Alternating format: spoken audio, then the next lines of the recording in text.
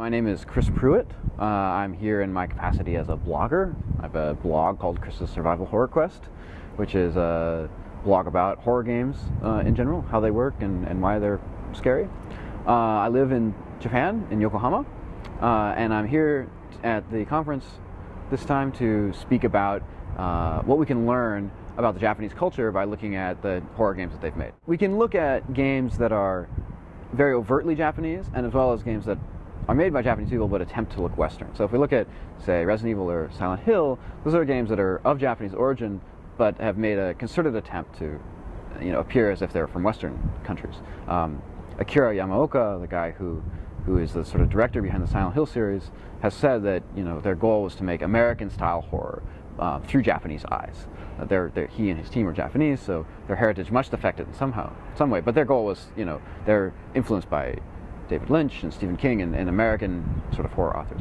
Whereas we look at games like Fatal Frame, that's a game that's very strongly rooted in sort of traditional Japanese horror tropes. We have ghosts, and we have haunted houses and old Japanese locales, things like that.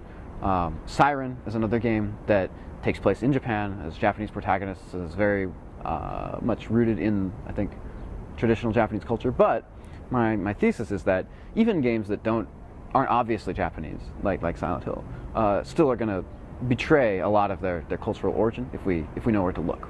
And we could sit down and study Japanese culture a lot and then look at the games and try to figure out what aspects of Japanese culture we see in those games.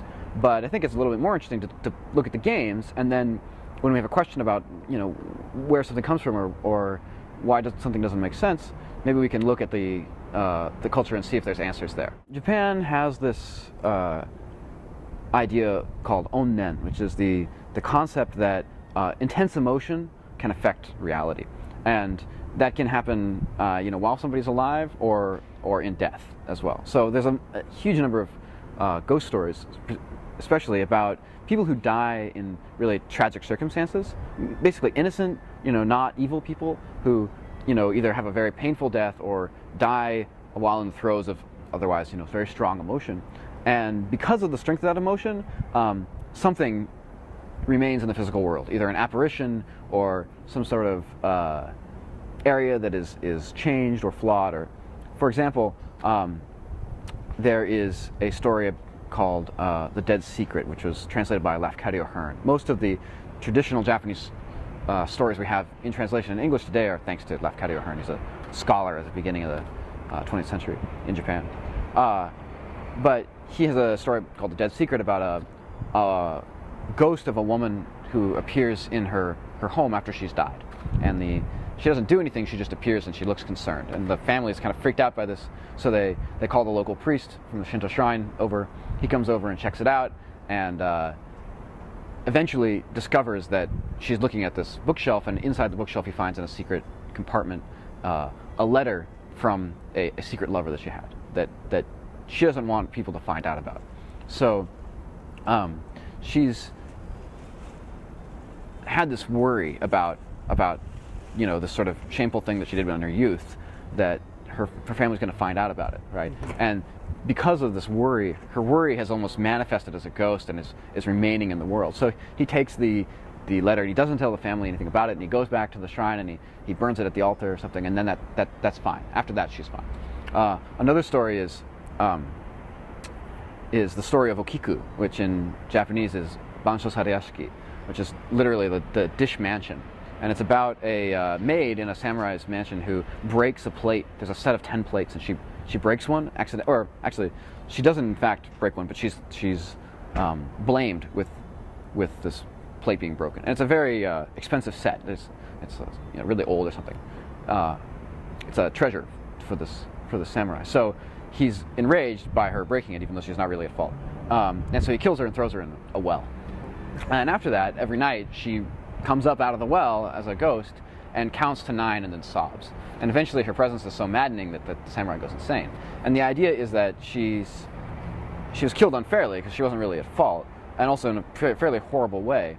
But the part that keeps her around is sort of her responsibility for these plates that she seems to have neglected. Mm-hmm. Whether or not she's actually responsible, she's been held responsible for these plates. So that feeling has caused her to return. So if we look at, that's kind of a extended background, but if we look at, say, Fatal Frame series, all of the antagonists in that game are characters who have died horrible deaths, who are otherwise not evil people, but have died horrible deaths and are returning to sort of seek vengeance on anybody who happens to be around, because they're pissed off because they died. Right? I mean, the only part of their persona that has remained in the physical world is the anger that they felt upon death.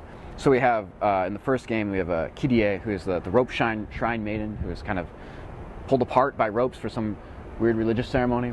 The second game, we have a pair of twins that were sort of forced to kill each other. Major spoilers, sorry. But they all died in sort of at the hands of others, really, in very strange circumstances. And their anger has returned. So this concept of onnen we can see all over Japanese games. We see it in Fatal Frame. We can see it in, say, Silent Hill. Silent Hill is very similar. Antagonist is a girl named Alyssa. She's killed by another religious sect for their own purposes. They're trying to call some demon to earth or something. She's a psychic. She's killed very painfully because they think that putting her through suffering will act as a beacon for this demon.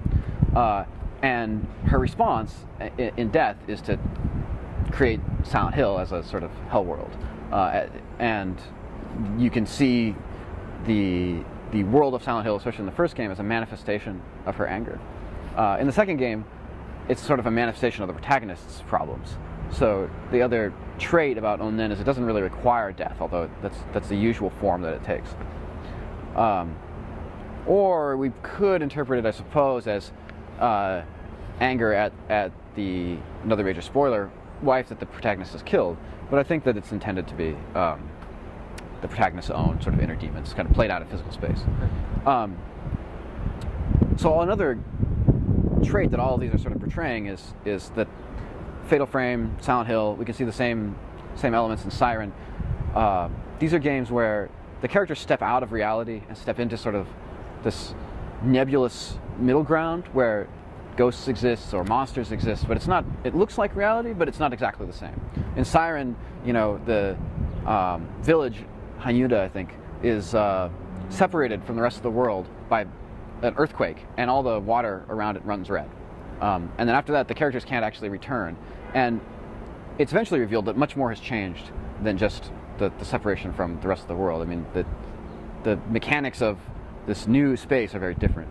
That's true in Fatal Frame as well, that the character is searching for her brother, and she keeps seeing glimpses of him, and at the end it's sort of revealed that they're both moving through the same space, but sort of in like a different time step. Mm-hmm. So there's this sort of warping of time. And Siren also has sort of oblique references to some cyclical time things that occur. It's suggested that a character who is a protagonist in Siren is also responsible for murders that have occurred 30 years prior. But the character's not 30 years old. I mean, it has to have been some sort of time slip. And of course, in Silent Hill, rather, we have layers of other realities where the player kind of steps out of regular reality into this fog world, and then into the dark world, and eventually into this other world, which is really hellish, right? Those are sort of similar to tales like Urashima Taro, which is a Japanese tale about, it's kind of a Rip Van Winkle story, about a character who saves a turtle, and then the next day is given a ride by this gigantic turtle down into this palace underwater. And it turns out this is like Palace of the Dragon, lives down there. And he's like, hey, thanks for saving my daughter, the princess. You want to hang out at my palace for a while? And he's like, sure. And then after a couple of days, he decides to go back, and when he returns to the mainland, he finds that 300 years have passed. So it seems like he's just gone beneath the waves into this sort of underwater palace, but in fact, he's traveled a lot further. So we can see all kinds of traits in these games that relate to sort of common traditional Japanese themes. There's also things, if we look very closely, that might relate to modern anxieties. There's a quote, I'm gonna misquote him a little bit here because I can't remember the actual quote, but I think it is George Romero says at one point about Night of the Living Dead, is he says, we make horror movies that we want to make, and then 30 years later we find out what they mean. Because right now we look back, we see Night of the Living Dead as a sort of scathing commentary on race relations in America. But at the time, that might not have been as clear. So maybe if we look back at some of these sort of popular Japanese horror games, we might also be able to see social anxieties that were prevalent at the time that they were created.